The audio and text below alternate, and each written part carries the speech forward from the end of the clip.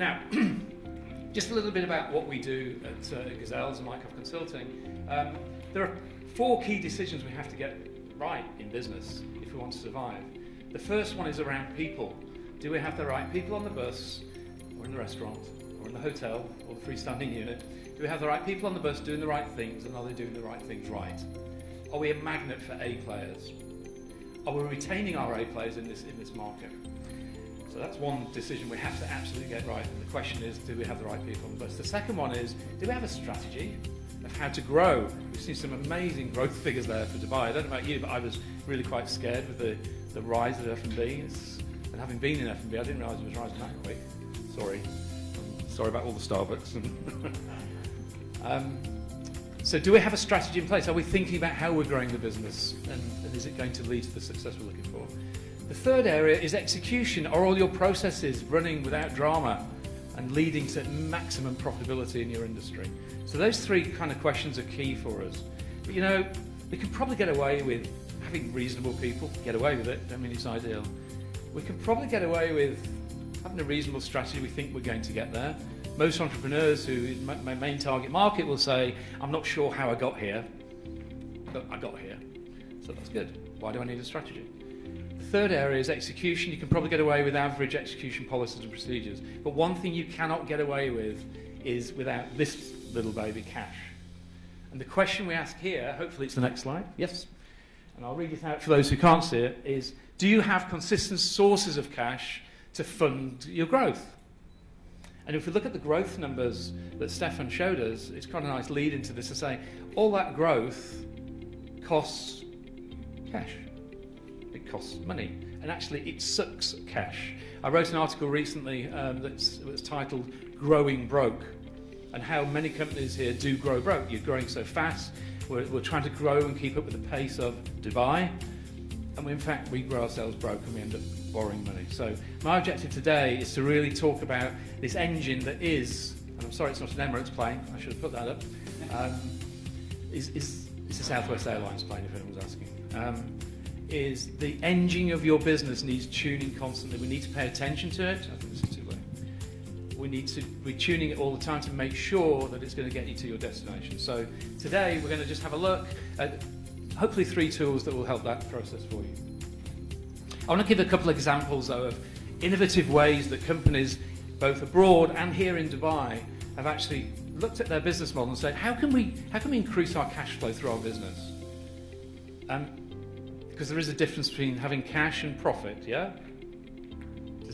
Yeah, do we get that? So on your profit and loss account, it might say I'm in profit, but look at the bank account, I might not have any cash because I haven't been paid yet. We'll talk about that shortly. Costco, has anyone heard of Costco in the US? Yeah, they changed the face of retailing over there. They have a big rival called Sam's Club over there. And they changed the face of retailing there in terms of they created a membership approach. So to come and shop at Costco, you've got to pay a membership fee, yeah? 75% of their net profit, 75% comes from membership. That's an innovative way of improving your cash flow, and I love it. I think it's great. How can we do that here in F&B? I don't know. It's not come out very well on this slide. It came out very well on the slide at home. This is a local company. I don't think you're in the room, Ahmed? No. I asked if he was coming. This is a company called Hello Chef. What they do is they produce weekly menus for people, like me and my wife, who can't be bothered to go to the supermarket, but we like to cook. So they provide weekly menus for us, and they deliver them to our house every Sunday, and we cook them during the course of the week. And we pay a subscription for that. That's a great business idea. So where we're looking for innovation, and we're looking for different ways of operating our businesses, these are some of the ways that we can explore. How many people in the room have played Monopoly while I grab a quick drink? Monopoly? Yeah. Not many people. Is that because of a fear of cash? Don't know. So what happens when you run out of money in Monopoly? You borrow, yeah. First thing is, Dad, can I borrow some money? You cheat if, yeah, okay. In some parts of the world. We're not all like that in the UK. Yeah, you go broke, yeah, you game over. Or you could end up going to jail, don't pass go, don't collect £200. Scratch your head a lot, yeah, I do like it. oh God, how do I fix this? You might mortgage your properties, but you kind of game over when you get to that. So, yeah, this is where I need it in front of me, so I do apologise. I'm going to have to crick my neck here. So the cash flow story that your business is telling you, you kind of need to ask the question, what is it telling you? Is it a positive tale? If you look on January the 1st and you look on December the 31st, is there more at the end or less? If there's more, it's positive. If there's less, it's negative, obviously. But do you know that? Is your business telling you a story? Is it sufficient? Is it sufficient to fund your growth? Is it abundant or is it perilous? Is it like, my goodness, if I don't get paid this month or if I don't get some more clients in to my restaurant, excuse me, this week, how am I going to make payroll? So what's your cash flow telling you? And it is like reading a story. Sometimes it's interesting. When you get paid, you go, oh, that's nice. Or we have a good week, or we do 1,300 covers in, was that in a lunchtime or a day? 1,300 covers, I don't know. One day. That's impressive. I know More Cafe, we did 800 on a Friday. That was quite good for us to buy more. So, you know, what's your storytelling? Sometimes it's a good story, sometimes it's interesting, sometimes it's a little bit scary. And it's those scary bits we tend to move away from. So, I'm going to talk to you first about the first kind of part of the class that we're going to talk about. Class, it's like being at school. On the first page, there's something called the cash conversion cycle. I'm going to talk about what that means to you as a business.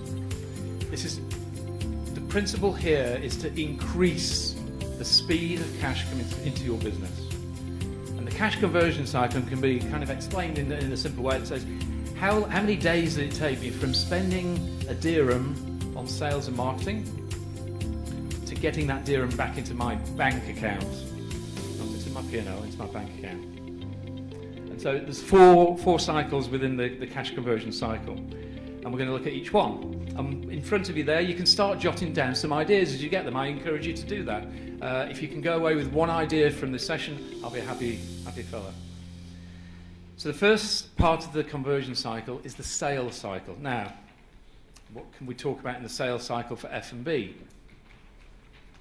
What would be part of that? How do I attract customers into my restaurant faster and more efficient in this market that is expanding and not quite heading to saturation, but how's it growing so fast? How do I attract more people into my business? How do I speed up the way that I sell my business out there? How can I be more efficient at the way I market my business? How can I network in the right areas that allow customers to come in? And there are three ways that we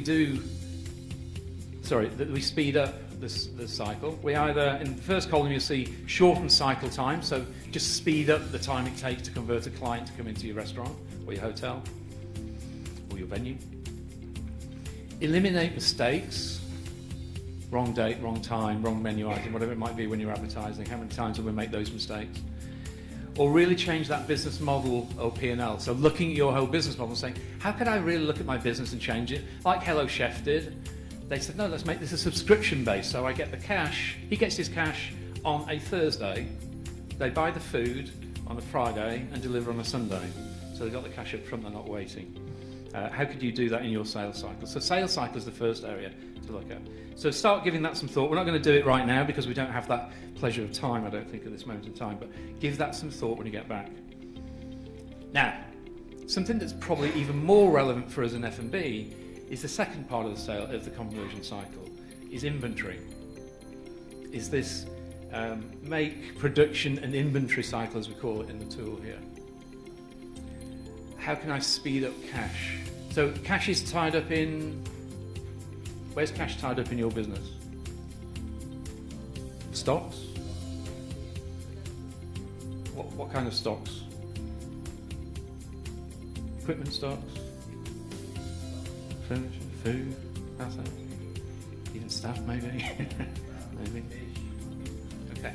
So looking at your inventory levels is something that we really encourage you to do to really speed that cash up. Now, using the tool, you will quite easily find, I can guarantee, if you go into your storeroom, go into the areas where you're storing inventory or you're producing.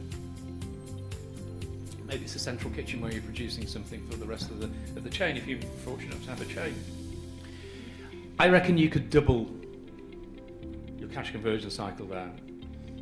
There hasn't been a company we've worked with where we haven't doubled that cash there. We've walked out literally into the storeroom and just added up the amount of inventory that's been held. And I've got, it was 250,000 dirham last week we found in one warehouse. Just sitting there. I haven't got any cash. I've gone to the bank and I've got a loan. Fantastic.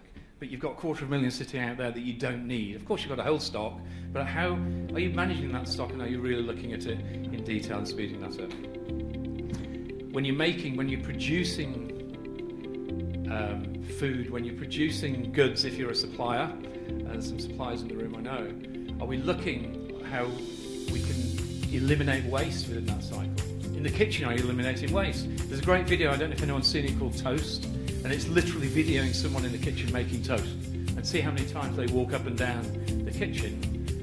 When I showed that to my wife, everything moved. So suddenly I've got the toaster here and my plates are there. The simple things, if you can save, there's a great book called 2 Second Lean. If you can save 2 seconds in the kitchen just by putting things in the right place, sounds obvious. By the way, you might get some blinding flashes of the obvious today, but hey, just by moving things around in the kitchen, you might be able to just make it a little bit more efficient. Delivery cycle. Now, delivery cycle in the restaurant. Where would this be within your business? What would the delivery cycle be? You're delivering what? What are you delivering? Food. Okay, it's not difficult. There's no trick questions this morning. So, in terms of delivering the service to the customer, how can I speed that up? How can I make it more efficient? How can I turn the tables faster and get 1,500 covers through the Cheesecake Factory on a Friday? Are we really looking at that within our business? Are we focusing on this within our business and trying to really speed things through that delivery cycle? Do we have the waiter station in the right place? These are all obvious things, but have you looked at them, and have you looked at the effect it might have on your cash? Have you looked at your staffing recently? Things are tight out there, yeah. How many restaurants have we all walked into? I went into for Lunchester at a restaurant in JLT, not yours, and there were 4 staff stood behind the counter at, I think it was 11:30 I went in, 4 staff, and it's like, just burning cash. So, you know, go and have a look. I was always criticised for visiting Starbucks stores at the wrong time of day, because it was always shift changeover, apparently. Yeah, it's true. Why are all these, there's no ex-Starbucks employees here, really? And it used to be, you're nodding. And it used to be, oh no, Mr. Mike, it's okay because we're just changing shift. Yeah, how many times do we do that? Are we really focusing on this? I guarantee you'll find something in there. And then the big one now, for F&B, of course, we're a cash business. Cash flow is good, yeah? The final cycle is improve your billing and payment cycle. Because you don't let many people leave the restaurant, I'm guessing, without paying. No? If you do, let me know, because actually, just aside, because when I left F&B, I used to walk into some of the Altair brands and just walk out, as I used to do. They're running down the aisle. Mr. Mike, you've forgotten to pay. Sorry, you don't work here anymore. So looking at that, that's easy. The easy bit is kind of, if you're an operator, you get the cash, the customer pays, they go, fantastic, happy days. You've got cash in the till and hopefully goes to the bank straight away, fantastic. If you're a supplier, what can you do to speed up your payment cycle to make sure? What can you do to your suppliers as a user of the food supplier to actually speed up the cash or lengthen your payment terms? When was the last time you said, hey, you know what, I know I'm on 30 days at the moment, but can we talk about 60? How about 90? That sounds good. So, and payment cycles are extending, as we know, so it's a kind of a balance because it's all about a relationship between the two, okay? So, yeah. I had, so we've got some suppliers in the room, have we? How many suppliers do we have? One, two, yeah, we've got a few. And it's negotiating with those suppliers to say, sometimes you need to pay up front. If you need to pay cash up front, and people say, well, they won't deliver until I pay up front. And you say, okay, well, have you ever asked the question? And quite often they'll say, no, I haven't. And 9 times out of 10 they'll say, "You sure? It's a partnership. We'll come to the table." So don't underestimate asking the question of someone to drive the speed through the cash. Make sense? Okay. What questions do you have on this? Nothing? Does it make sense? Has anyone got an aha at the moment that thought, "Oh my God, I haven't looked at this before. I haven't really paid any attention to it"? So take your time, have a look. I can guarantee that if you do look into your business and you do focus on where cash is getting stuck, you will definitely be able to speed things through your business. Okay, we'll do another exercise now. So liquidity is the cash is really important to fund the growth, as we said, because growth sucks cash. All that growth that Stefan talked about earlier sucks cash. We need that to fund the growth and obviously fund profitability. It's a cycle. We can't do anything without it. Give you a story here about, I think my slides have got in a different order. Okay. Which is unfortunate. Okay. All right. So, I'm just going to skip to this one. I'm not quite sure what happened there. Let's talk about the power of 1. 1 minus 1 minus 1 equals 19. What I want you to do is imagine that you've got a business like this. The business has got sales of 1 million dirham, or dollars as it says here. Your cost of sales is 500, so you're left with 400. Yeah? And then you're left with 100 after your SG&A comes off. So your net profit is $100,000. Imagine if you could increase sales just by 1%, reduce cost of goods by 1%, reduce your overheads, your SG&A by 1%. Okay, that comes to $19,000 at the end of it. 19,000 over 100 is 19%. So when was the last time you tried to do that? When was the last time you looked at your prices and thought, you know what, how elastic are the prices in my market? How elastic are they in my business? How can I just increase some more cash coming into the business just by tweaking 1%? Not 10%, 1%. When was the last time you looked in your supply chain and really drilled down into, hey, when was the last time I really got my COGS down by 1%? We hear a lot of talk of food prices going up. What have you done about that? What have we done to try and reduce those? And in terms of overheads, how can we make, and we'll talk about labour next, but how can we reduce our overheads within the business?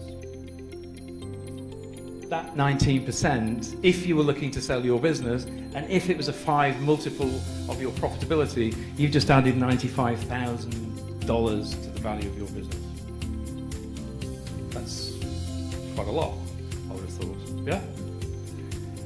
So what's your 19% is the question. When you look at your P&L, where can you find your 19%? When you go back and look at your accounts for last month, for April, depending on how good or bad it was, how better could it have been if we just focused on making someone accountable for reducing these costs within the business? And that will speed up the costs, the cash coming through your business.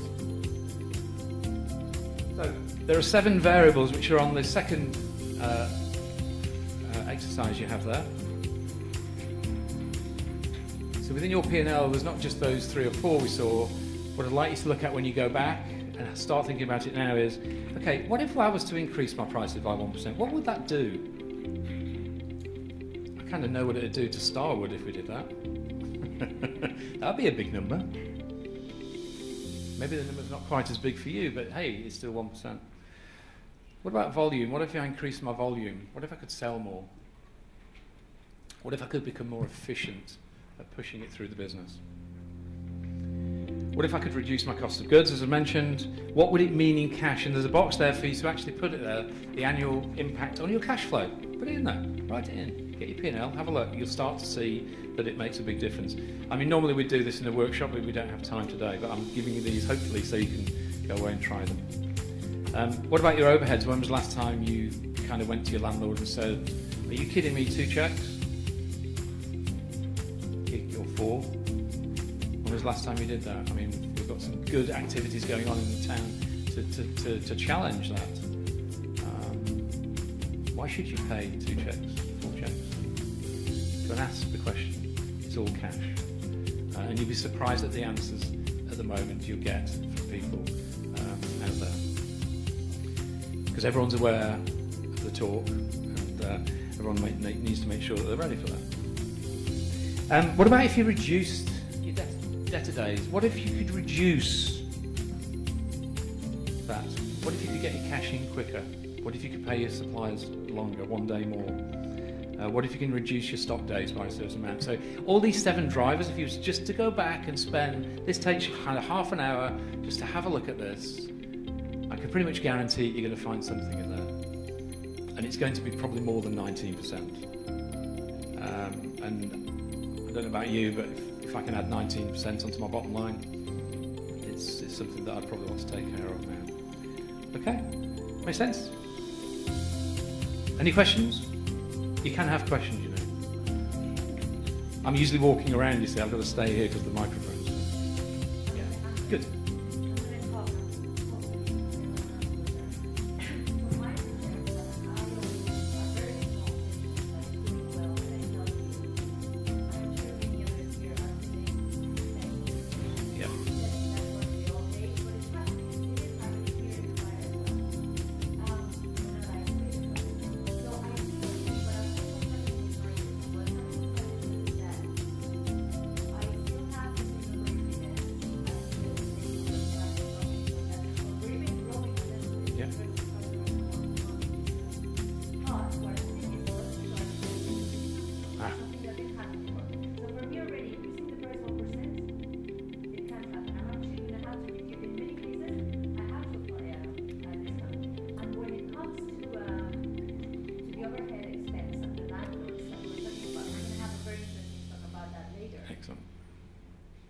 Very tricky. I mean, I think in the theory, that sounds really good, but it's not as easy as it seems. No. Even though we have authorities now that are supposed to help us with that, it doesn't always work. I've tried to contact my landlord for 6 months, for a year.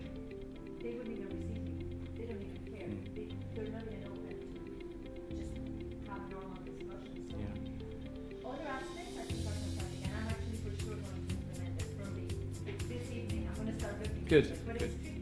Yeah, it's tricky, and it's a good point on price. Price is interesting, and I don't want to talk about that R word because I've chosen not to partake in the latest one.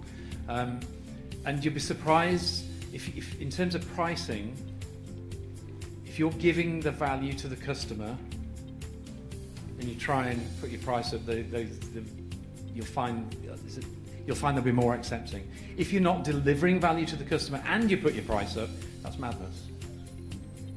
Yeah. So it's how do you add value to the customer? How do we give better service? You know, one of my things when I was in the restaurant and in the hotels when I started out was, it used to wind me up when in restaurants when the staff haven't got their heads up and they're not looking, scanning. How many times do you sit at a table and go, hello, I want another drink, or I'd like my dessert, or you know what, forget it. Yeah, so if you're giving value to the customer, people will pay for that. People will pay a premium, and in Dubai I believe that's the case still. And it depends on your target customer as well, and your target market. Who are you aiming at? Do you want the people in your restaurant that are looking for a fast book discount? Are you looking for, there's voucher companies out here, and they're all doing very well, very successfully. They have a target market. Are they your target market as well? If they're not, don't market to them. Think about the sales cycle we talked about in the first exercise. Look for those customers because they are there. So I think we just got to get smarter about the way we market and smarter about looking for those niche customers. Because how many customers do you want? Yeah, maybe not 1,300 in the lunchtime if you've got 6 tables. But how many do you want? Work that out and work back from that, and then see where your pricing sits with you. But it's difficult, but you'll be surprised when you put your prices up. If you're giving value, people won't blink. It also goes back to the first point that you made about people. I mean, people that you have, running the restaurants and actually working there. Yeah. And are they aware of what they're doing? I mean, we can focus on all of these. These are very important. Don't get me wrong. Yeah, sure. But I think take it back to your restaurants and actually educate the people that are actually working in the restaurant, doing your day-to-day operations. It'll make a huge difference. I think we kind of segregate the finance part from our staff because we feel it's secretive, but it isn't. I think we should share it with them, let them know what the difference of what they do makes or doesn't make. I think when they're aware of it, they will perform better. That's a great point, thank you.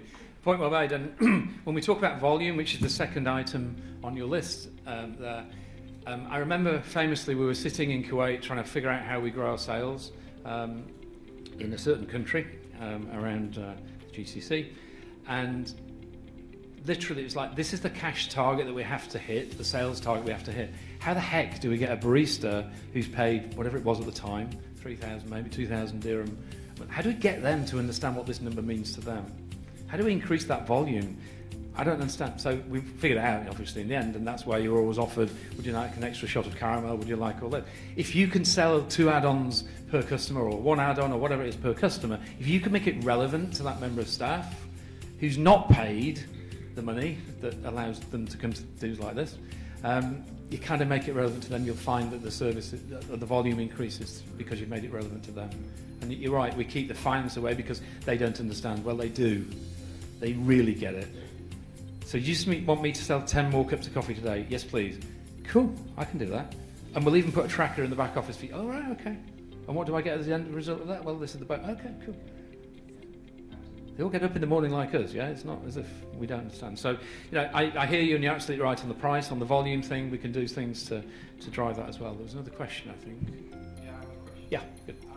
Based on your knowledge and experience in the region, what would you say is the right benchmark target would be for the cost of goods and payroll on a fast casual? Now that is a great question, and I haven't been in the F&B now for about 5 or 6 years now, so I can't. If I was giving you a number now, I'll be guessing. We do a lot of research, but what we find is a lot of data from the States and Europe. We've grown here quite fast on a company called Keiko. Okay, good. We're always trying to benchmark and lower this, exactly what you said, but be interested to find out what a good target. So let's throw it open to the room. You can help. KCAL, yeah? Yeah. Excellent concept. Can anyone help?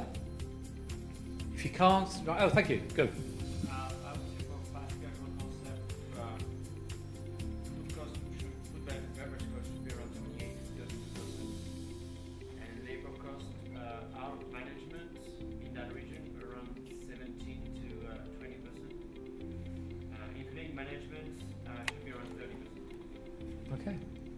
Thank you. It's been a while. Those numbers sound familiar to me. I seem to remember a higher margin. Maybe that's just coffee. Shisha's 90%. Coffee's quite high. So, thank you. Thanks for a great question. Anything else?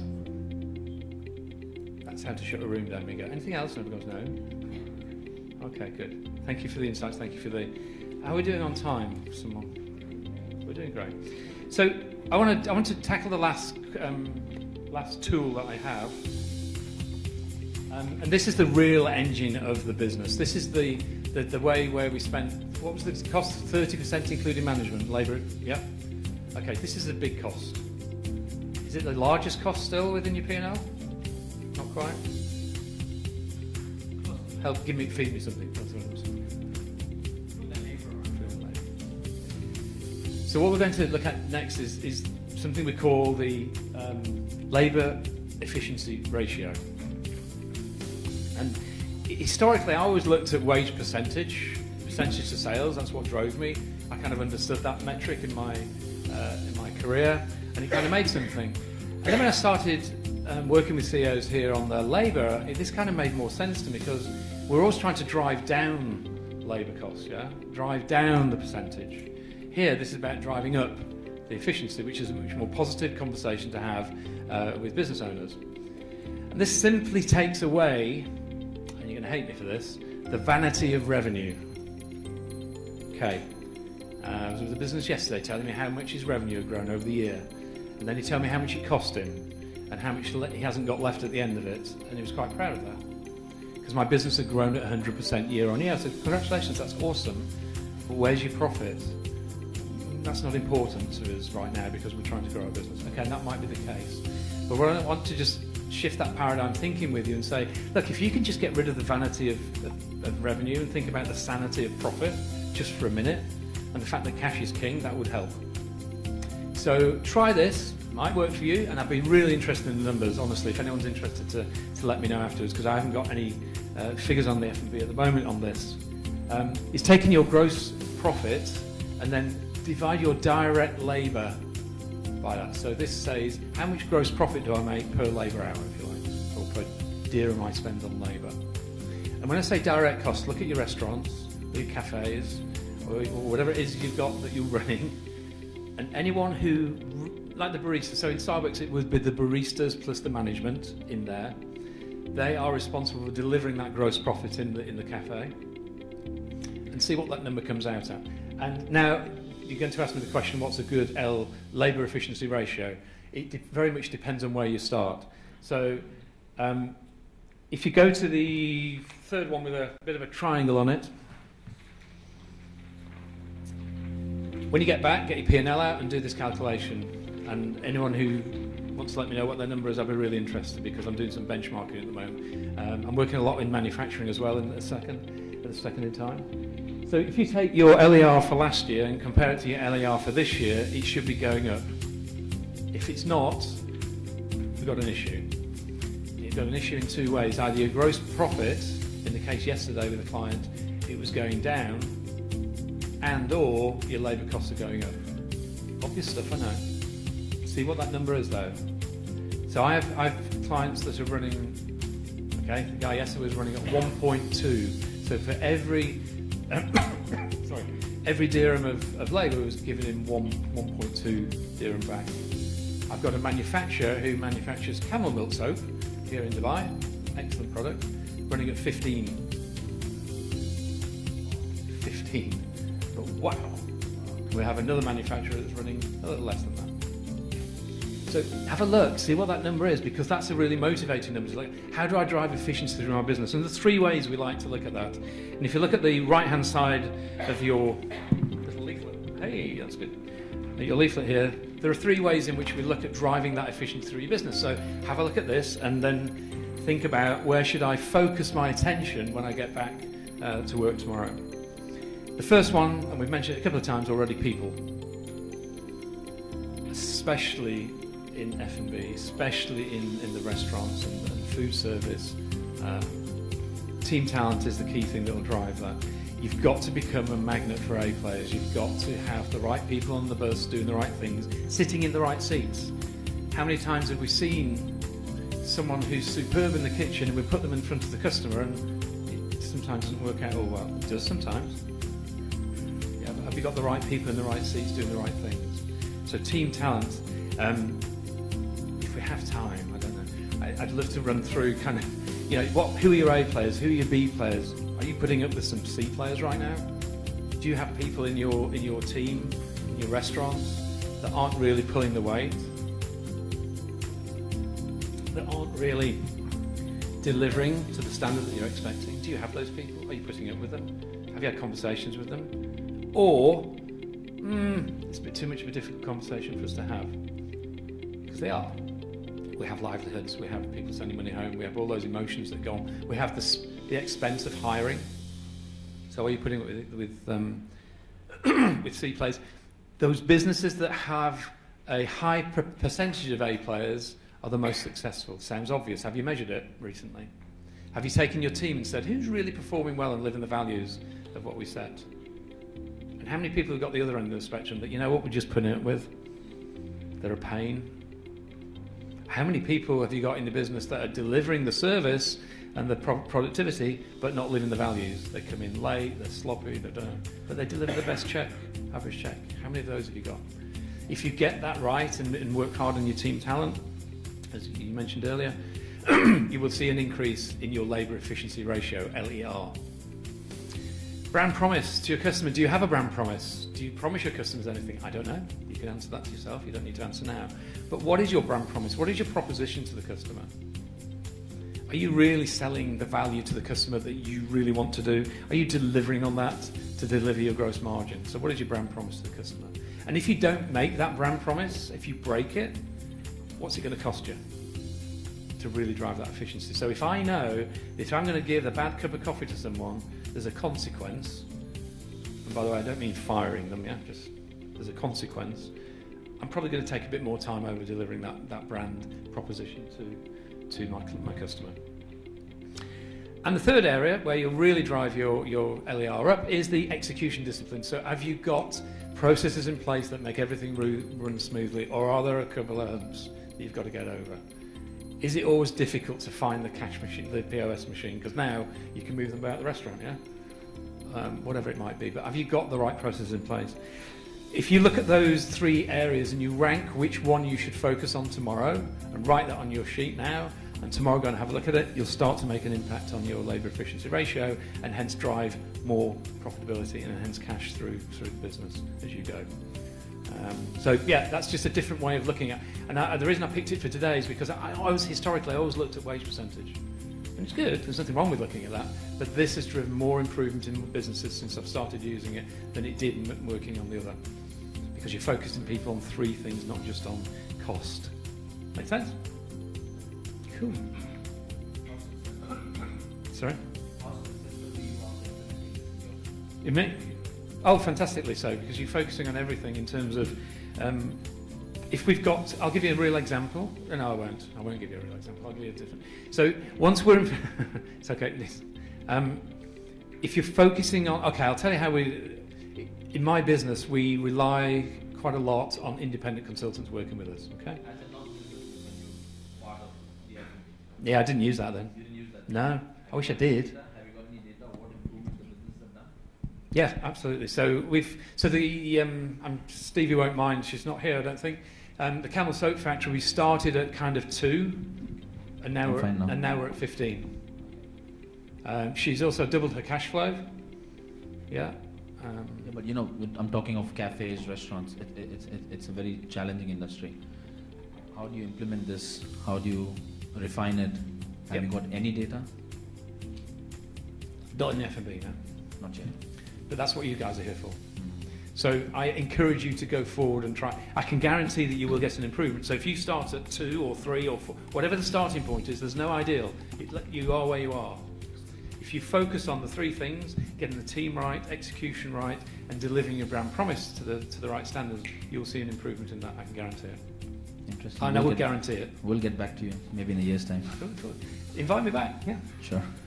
Maybe we need to have a chat in between times, though. Yeah? We will. It's a good challenge, yeah. Actually, to just support what Vishal just said, I have actually implemented the processes Mike you talked about in the US. Excellent. And there's a 100% difference in the operations. There's no question. I've been in operations for 40 years.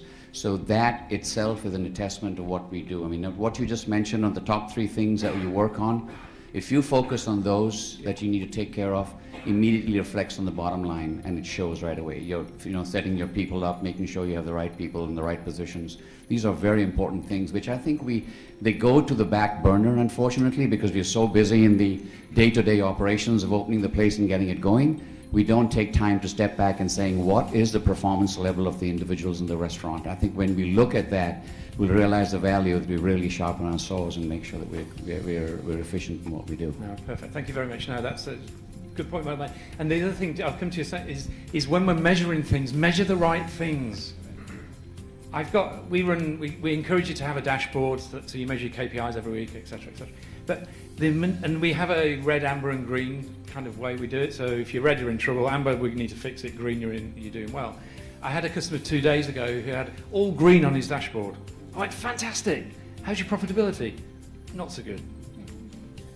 But you're measuring the wrong things. So you're absolutely right. Just make sure you are measuring those right things as well. What gets measured gets done, as they say. The challenge in this market is we always compare this market with the Western market when we approach labor. In this market, labor is a fixed cost. It's not really a controllable cost. That's why that method doesn't work here. Okay. I'll tell you the reason why. Regardless of whether you look at productivity or not, we have team members that are getting paid monthly salary. They're actually happier when you're not busy because they don't have to do so much work.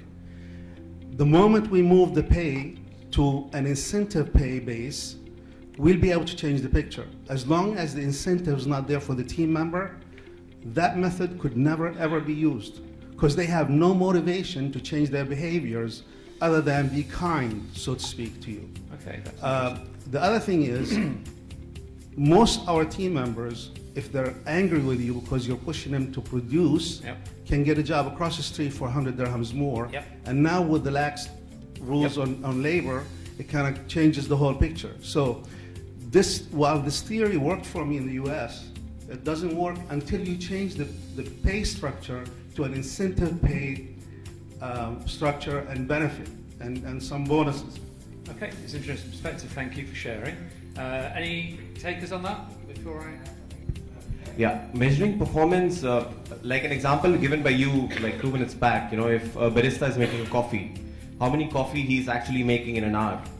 That's the kind of study, when you deal with numbers, what is the kind of productivity when you look at how many salads being produced by a staff in an hour during a busy operation. That is a kind of thing which, demarks that the productivity of a staff. And then if you keep changing your staff in, let's say, a cafe environment, let's say you keep moving your staff after 3 months and you see that a staff is doing, let's say, 40 salads in an hour. This is what can give you a benchmark of saying that, let's say, this is your A top performing guy, to say no complaints, everything met with the standard, where the standard is being provided, and that's how you benchmark a salad section. This is a kind of data which we have to do as operators ourselves. Sure. Good. No, thank you for adding that. Just to come back on the point in terms of my staff are paid all the same amount of money, how do I get more performance out of them? I just draw attention to that team talent focus that says if someone isn't performing in their role, there'll be a reason for it. If you can motivate this person to deliver excellent service for the same salary as this person who's not, where does the issue lie? Is it in the pay or is it in the person? I'll just leave that. Well, it's actually in the pay, because they're here for the pay. They really could care less about all the fluffy, fuzzy, nice kindness. They're here for money. If you don't give them a reward for performance, they would rather do the minimum they have to do. And this is 10 years of experience of dealing with thousands of team members in this market. Actually, most of them would rather not even get promoted unless there is money into it. So while in the West, we like to get promoted for the title or the experience, here if you give them a promotion without a salary, they'd rather just stay in their position. Thank you for your... It's quite true actually. They are not here for a career, 95% of them. They're just here for the daily needs. So who's had a different experience?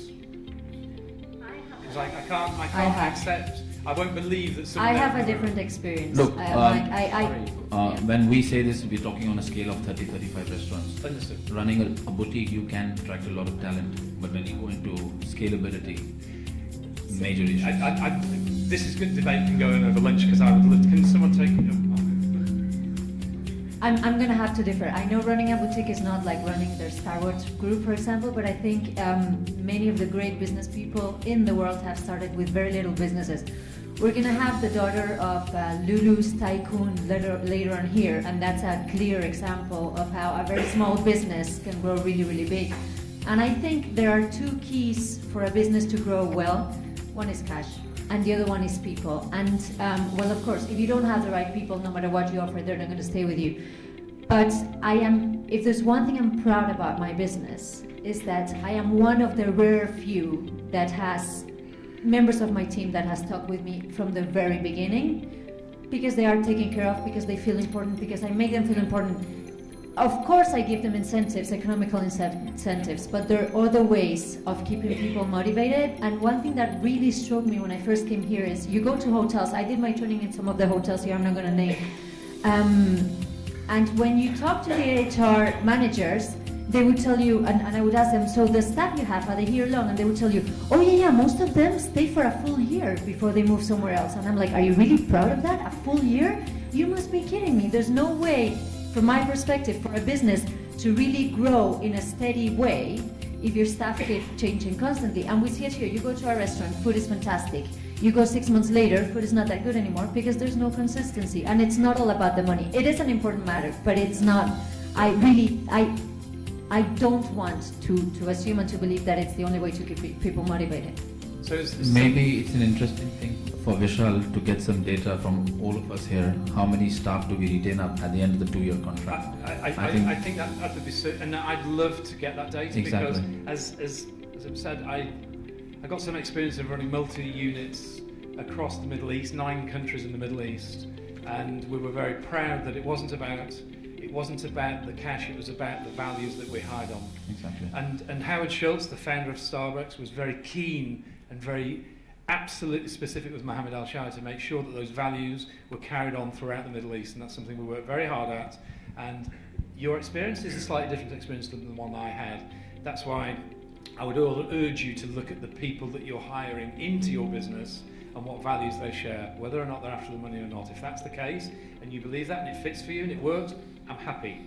If it doesn't, change it. And I honestly believe that we're not in the food business, we're in the people business. Entertainment business. That's absolutely. how it starts, from where you take care of people. I understand it's difficult, the rules are difficult here. I've also worked here 5 years, and I worked in the US. And absolutely the aspect of there's two more, I feel there's two energies that motivate a human being: fear and aspiration. And I think fear is prominent.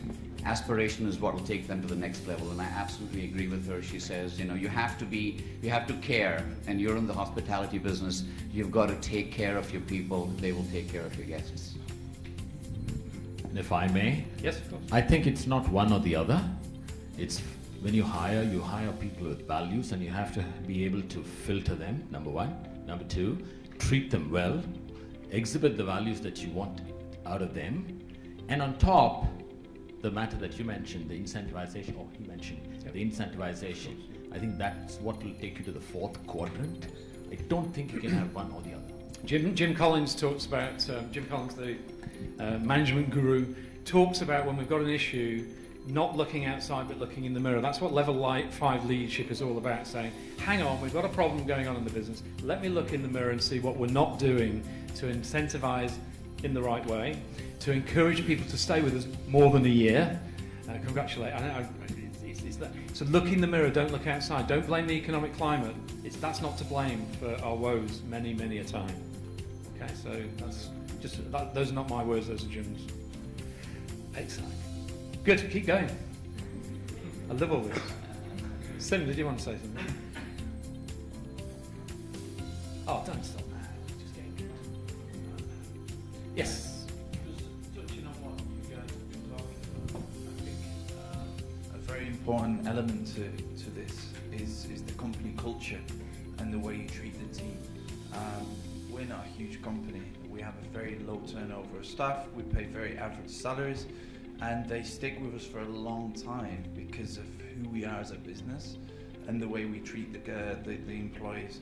And the smaller incentives we do, you know, we try and model our business on the Google style. Nice. You know, so we do, we have food delivered for all the staff every day to the offices, you know, fruit is delivered, we do small activities and things like this. And these are the smaller things that that makes an employee's time in the company more enjoyable. And I agree to a little bit with the salary argument. You know, at the end of the day, everyone's there for the money, and I always say it's very difficult in the UAE because nobody really sees it as a long-term place. They come, they make as much money, and they leave. And sometimes it's all about that. But from our experience, if you treat them good and you have a good company culture with a good career growth, and we started off with one restaurant 5 years ago, we have more than, I don't know, around 18 now. Lost count. Yeah, it's, we're franchising quite fast. So, you know, yes, you start off small and there is opportunities. You know, we've got guys with us since day one, a lot of staff, and now they're leading, their salaries have, you know, quadrupled in just a few years, and they're going with us now to Europe, to the States, and we're not paying over the odds. We just treat them very good, and they enjoy working for us. No, very, very well made point. And it reminds me of another quote from Howard Schultz that he always said, how do we grow big? I mean, look how big Starbucks is now, and stay small. And that came down to the core values. It was really about Tom Peters. When I started in hospitality, I was very fortunate. Tom Peters spoke to us. He's a guru from the 80s. Anyone who remembers him? Am I the oldest one in the room again? And he said, just hire nice people. You're in hotels, hire nice people. Train them in the cash register, as he said. Just hire good people. Just hire the people that share your values. We're all very passionate about this. It's good. I think I'm done. Am I? Thank you very much. Hang on, let's see if we've got another slide. Oh, yeah, there we are. You see, that's because I haven't got the slide in front of me. Oh, if you wanted a recommendation of a book, I don't get commission.